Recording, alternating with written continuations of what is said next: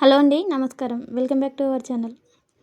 మంచి గ్రేవీతో ముక్క ఇలా సాఫ్ట్గా వచ్చేలా కట్టెల పొయ్యి మీద ఈ కర్రీ ఎలా చేసేద్దామో చూసేద్దామా.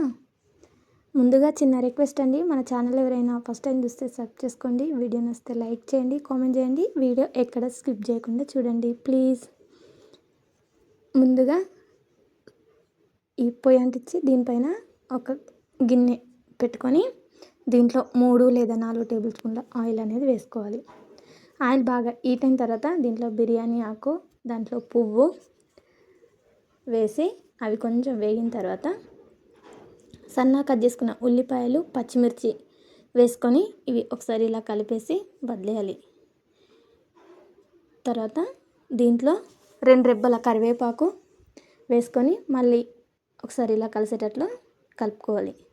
అదేందో పొయ్యి మీద వండుకుంటే టేస్ట్ అయితే వేరే ఉంటుంది, మళ్ళీ అది మాడుతుంది అనే బాధ కూడా ఉండదు కదా. కొంచెం ఇబ్బంది అవుతుంది, కానీ దీంట్లోనే కొంచెం పుదీనా వేసుకొని కలుపుకోవాలి.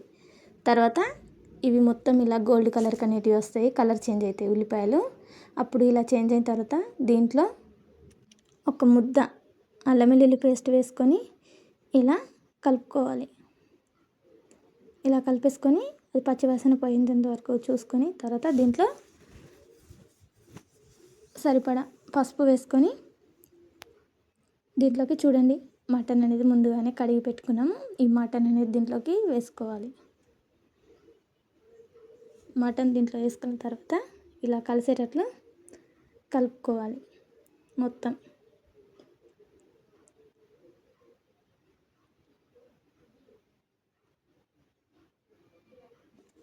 ఇలా కలిపేసుకొని దీన్ని మూత పెట్టి వదిలేయాలి.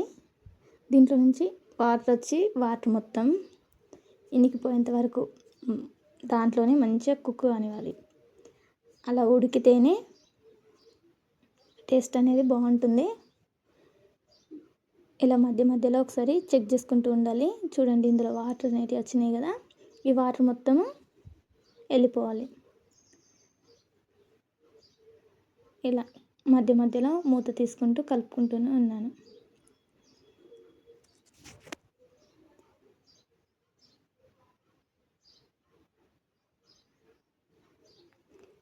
ఇలా కలిపేసుకొని నీళ్ళు మొత్తం దగ్గరకు వచ్చిన తర్వాత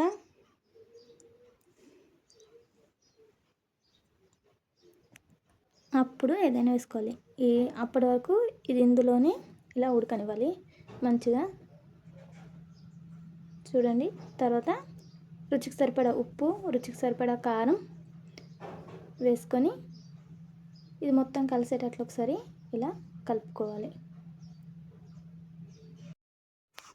ఈ ఉప్పు కారం అనేది ముక్కకు పట్టేటట్లు మంచిగా కలుపుకోవాలి స్లోగా. ఇది ఎంత మంచిగా పడితే అంత బాగుంటుంది. వాటర్ ఎక్కడ మనం యాడ్ చేయట్లేదు, ఓన్లీ దాంట్లో ఉన్నవే. ఉప్పు కారం వేసి పక్కన పెట్టేసి ఇది తర్వాత స్టవ్ మీద ఒక గిన్నె పెట్టుకొని మసాలా కోసం ఇది 2 స్పూన్ల ఆయిల్ అనేది వేసుకోవాలి. దీంట్లోకి కొంచెం దొడ్డుగా కట్ చేసుకున్న ఉల్లిపాయలు వేసి ఒకసారి ఇలా కలిసేటట్లు కలుపుకోవాలి. ఇలా కలిపేసుకొని దీంట్లోకి 2 లేదా 3 టమాటాలు తీసుకొని వాటిని కూడా ఇలా కొంచెం పెద్ద పెద్దగానే కట్ చేసుకొని వేసుకోవాలి. ఇవి ఇలా వేసుకొని మంచిగా ఫ్రై కానివ్వాలి. ఇవి కొంచెం కలర్ చేంజ్ అయ్యి టమాటా కొంచెం దగ్గరకు వచ్చేంత వరకు చూసుకోవాలి. ఇవి మంచిగా కలర్ చేంజ్ అయిన తర్వాత మంచిగా ఫ్రై అయిన తర్వాత దీన్ని తీసి పక్కన పెట్టేసుకోవాలి.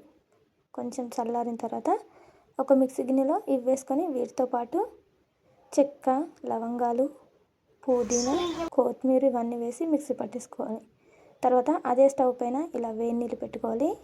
మనం చన్నీళ్ళు యూజ్ చేయకూడదు.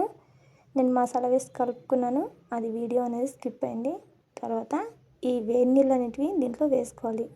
ఈ మటన్లోకి మనకు కొంచెం వాటర్ అనేవి ఎక్కువనే పడతాయి కాబట్టి మటన్ మునిగేంత వరకు నీళ్ళు అనేటివి వేసుకోవాలి. చన్నీళ్ళు వేసుకుంటే మటన్ ఫస్ట్ నుండి ఉడుకుడు స్టార్ట్ అవుతుంది. అదే ఈ వేడి నీళ్ళు వేసుకుంటే కంటిన్యూగా ఉడుకుతుంది. అంటే మనం ఎక్కడి నుంచి ఉడుకుతుందో దానికి కంటిన్యూగా, లేదంటే ఫస్ట్ నుండి స్టార్ట్ అవుతూ ఉడుకుతుంది. అలా ముక్క అనేది పాడైపోతుంది. ఇలా వేడి నీళ్ళు వేసుకోవడం వల్ల టేస్ట్ కూడా బాగుంటుంది. ఇలా కలిపేసుకొని దీంట్లో కొంచెం గరం మసాలా ప్యాకెట్ వేసుకున్నాను. ఇంకేం అవసరం లేదు. ఓన్లీ ఆ మసాలాతోని మంచి గ్రేవీతోని టేస్ట్ అయితే సూపర్గా ఉంటుంది. తర్వాత దీన్ని వదిలేయాలి మూత పెట్టి.